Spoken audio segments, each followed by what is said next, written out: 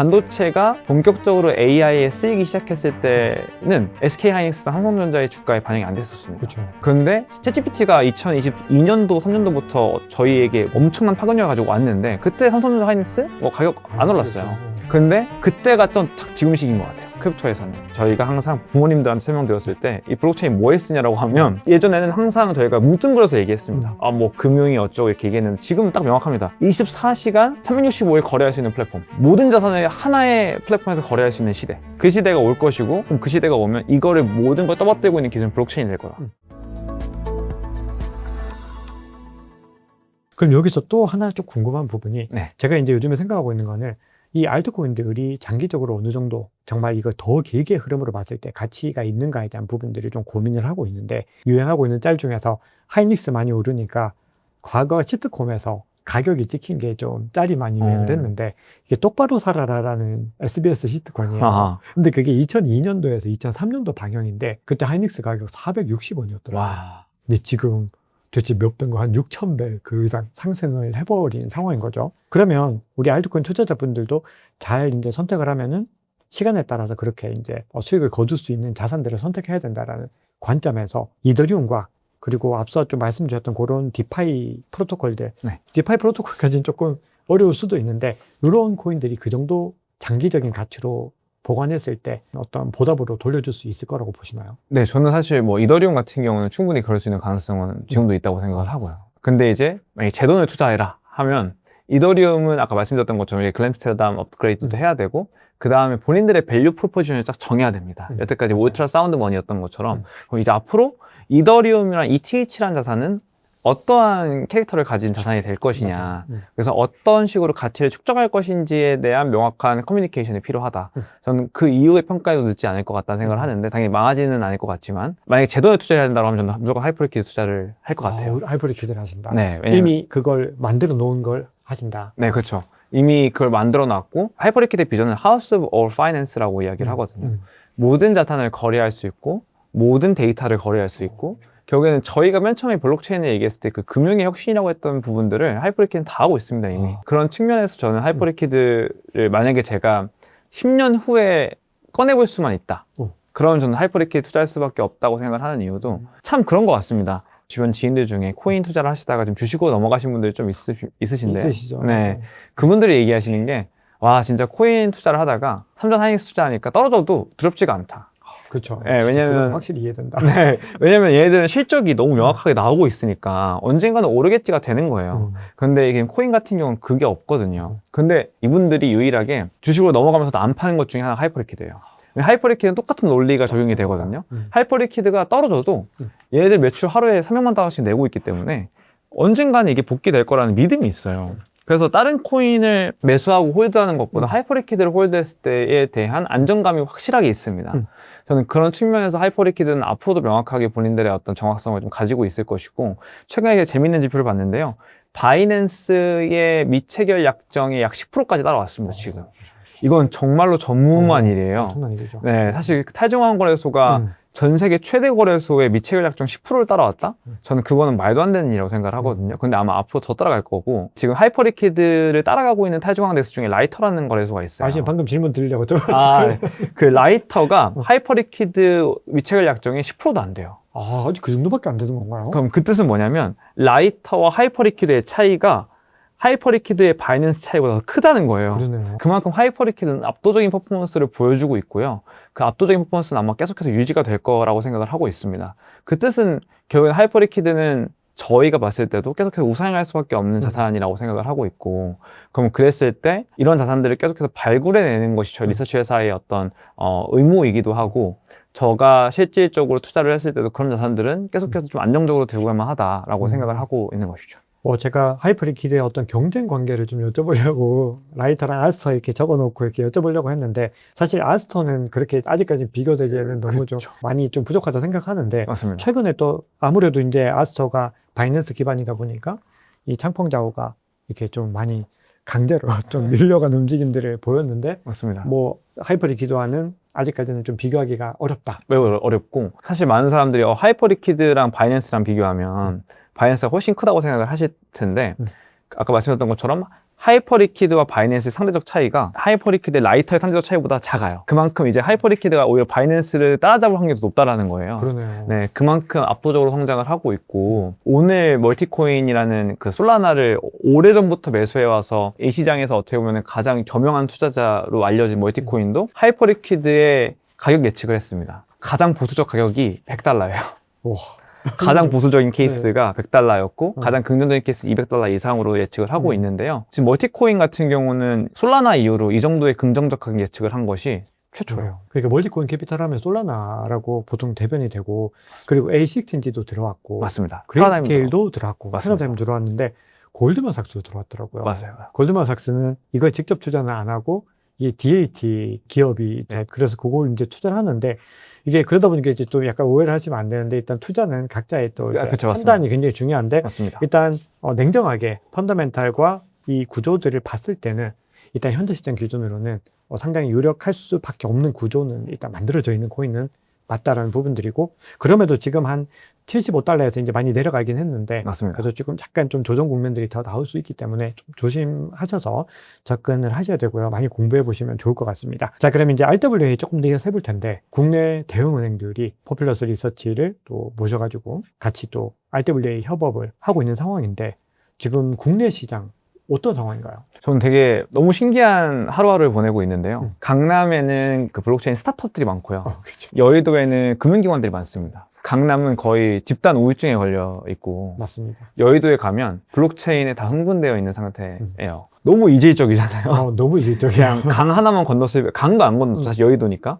그냥 장소만 바뀌었을 뿐인데 똑같은 토픽에 대해서 얘기를 해도 그 흥분도 정도가 다르고요. 되게 흥미로웠던 거는 많은 사람들이 또 오해하시는 게 증권사는 지금 AI 때문에 바쁘다라고 얘기를 하는데 AI는 이들이 참여하는 사이클이 아니에요. 그러니까 이분들이 그냥 중개만 해주시는 거죠. 사실 뭐 하이닉스랑 삼성이 지금 플레이어이고 그들의 어떤 주식을 중개해주는 플랫폼으로서 뭐 당연히 많은 수익을 거두셨겠습니다만 이분들이 AI에 참여하진 않고 있잖아요.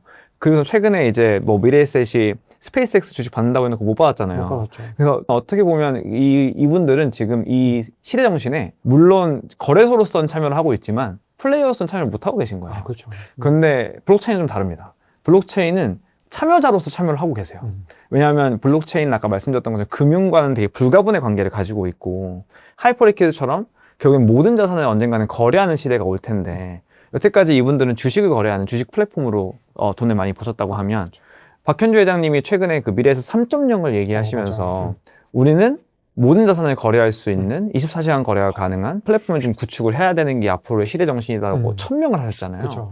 그 이후로 수많은 자산운용사들이 지금 포모를 느끼고 있어요. 근데 그게 지금 어떻게 보면 또 하이퍼리퀴드로 또 반영이 되고 있는 건데 결국에는 그 증권사들과 은행들은 결국엔 이 블록체인을 어마어마한 기회로 보고 있어요. 정말로 본인들의 어떤 그 사업 타임라인에서 다시는 올 수 없는 정말 일생일대의 기회로 보고 있고 그 이유는 본인들은 결국엔 수수료 장사를 하시는 거잖아요. 그 많은 사람들이 더 다양한 것들을 오래 거래할수록 좋아요. 그런데 블록체인은 오래 거래할 수 있게 만들죠. 24시간 거래가 가능하니까요. 365일 할 수 있다. 맞습니다. 지금은 장 시작하면은 돈을 걷어냈다가 마감하면 끝이에요. 그쵸. 그 나머지 주말에도 돈 못 벌고 새벽에도 돈 못 벌죠. 근데 만약에 블록체인으로 모든 걸 토큰화해가지고 모든 자산에서 24시간 거래한다? 그럼 이분들은 24시간 돈을 버시는 거예요. 맞아요. 두 번째로는 이 주식시장이랑 뭐 유가증권 시장이 크긴 하지만 수많은 그 상품들이 있지 않습니까? 근데 그 상품들을 아직은 뭐 증권거래소에서 일괄적으로 거래할 수는 없어요. 근데 만약에 유가증권 시장의 몇 배에 달하는 시장을 자기네 플랫폼 때 거래할 수 있게끔 한다면은 이분들은 말 그대로 더 오랜 시간 동안 더 많은 자산을 유저들이 거래할 수 있는 플랫폼을 구축할 수 있게 되는 것이고요. 이거는 지금 증권사에 예를 들어서 지금 매출이 100이라고 하면 블록체인을 도입해가지고 모든 자산을 거래할 수 있게끔 됐을 때 맞아요. 300이 되는 거예요. 400이 되는 거고. 그러니까 이분들은 명확한 거예요. 이걸로 벌 수 있는 돈의 가치가. 맞아요. 그래서 전 되게 만났을 때 엄청 낯설었던 게 여태까지는 저희가 항상 기관이라고 생각하면 비트코인이랑 이더리움을 사주겠지라고만 생각을 했는데 이분들은 물론 그거에도 관심이 좀 있으시긴 합니다만 어떻게 블록체인을 쓸지 고민하고 계세요. 전 그게 너무 흥미로운 거예요. 여태까지 블록체인 거래하시는 분들, 크립토 거래하시는 분들이 야 이거 실체 있어? 아무도 안 쓰잖아. 그렇죠. 옛날에 그렇게 얘기했는데. 이거 지금 사용처가 뭐가 있어? 이렇게 얘기했는데 지금 본인들이 지금 사용하시려고 하는 거예요. 저는 그게 어떻게 보면 지금 확실히 시대가 변화하고 있고 이 시대 정신이 바뀌고 있다. 이 블록체인에 바라보고 있는 관점과 시선이 바뀌고 있고, 좀 그랬을 때 수많은 투자자들이 원했던 사용 사례, 실사례들이 나올 거란 말이에요, 이제는. 맞아요. 그리고선 지금 박현주 회장은 실제로 지금 그런 것들을 도입하기 위해서 적극적으로 최근에 온도 파이낸스랑도 협업을 발표를 하셨고, 이거 맞아요. 도입하고 있다라는 것이 정말로 고무적이죠. 엄청 고무적이고, 은행들은 또 뭐 하고 있냐면 스테이블 코인 하고 있죠. 어찌됐든 우리나라는 디지털 자산 기본법이 통과가 될 것이고, 아직까지 명확하게 이렇다 저렇다 얘기할 수는 없지만, 스테이블 코인 관련해서도 아마 굉장히 높은 확률로 5대 은행이 스테이블 코인의 주 발행자가 될 수 있는 가능성이 높습니다. 좀 그랬을 때 그러면 그들은 어떻게 이 스테이블 코인을 요청하고 발행해서 잘 활용할 수 있게끔 만들 수 있는지에 대한 고민을 하는 거고요.